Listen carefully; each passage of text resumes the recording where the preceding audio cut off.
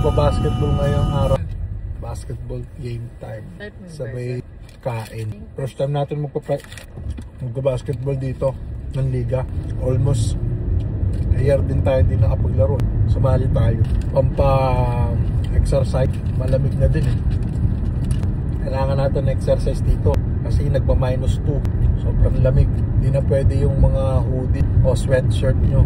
Kaya kailangan na natin exercise para pawisan. Mahirap pagka puro trabaho tapos ano lang, bahay. Ngayon, kumakain kami sa ENW. Hindi pa nakapagtanghalian kasi galing trabaho. Sige guys, bye!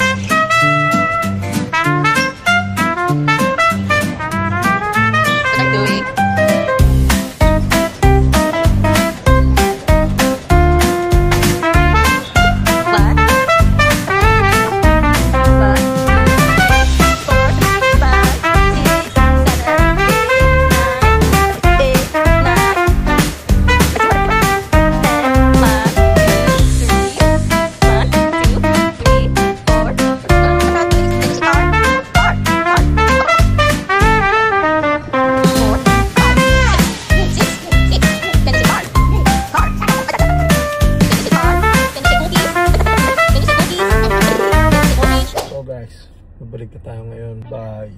Galing kaming Walmart kasi di ko na na-video. Ito na lang. Nakakapagod paglaro guys. Isang taon din akong di naglaro ng league. Pero pag nilaro ko ulit to, mawawala. Nakabili ka ba, lab? Ng ano? Parang pang ano? Talagay sa mata? Pang katis. Katisin kasi. Nagtanong ko sa sa doktor doon. Wala. Sarado. Buti meron ko nakita doon.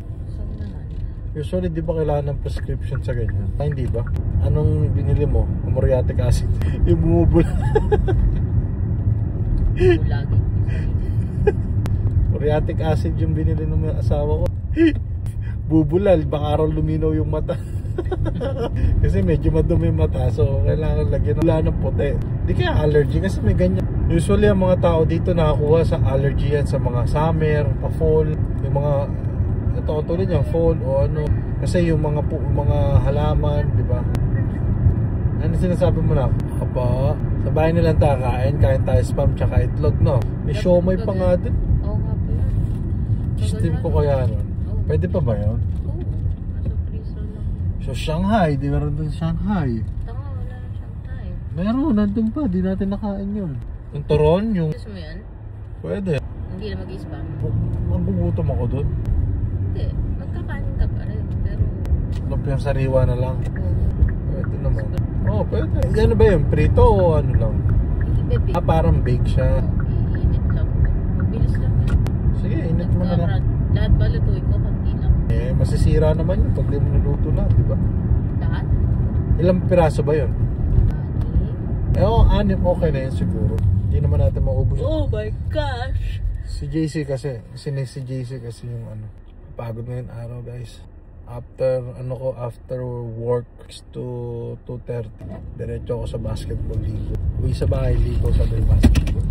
Medyo hectic ngayon yung schedule. Dati wala akong weekend eh. Ngayon meron akong weekends. Kasi nagpa-adjust ako ng oras sa trabaho ko. Ito ang kagandahan dito pagka meron kang baby, ina-allow nila na i-adjust yung oras mo. kung anong pwede nyong oras magkasawa. So, depende pa rin sa employer. Kasi meron kasing tinatawag dito na doon mo i-adjust yung oras mo. Doon ka mag-i-start mag-adjust habang nakalib ka. Employment insurance ang kung tawagin.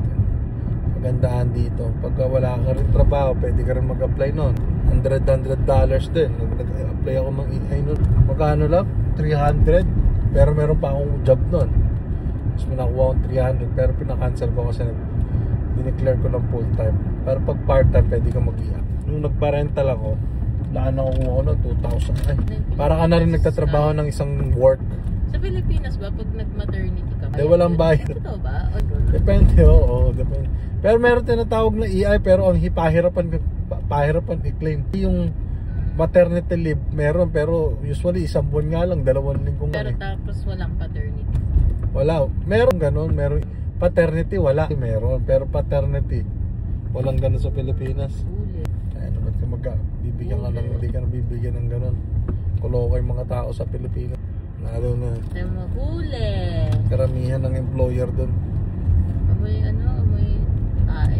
Paulit-ulit mo kasi na. Malapit tayo sa bagay, guys. Time to relax. Time to rest. Everything Under the rest. under the rest.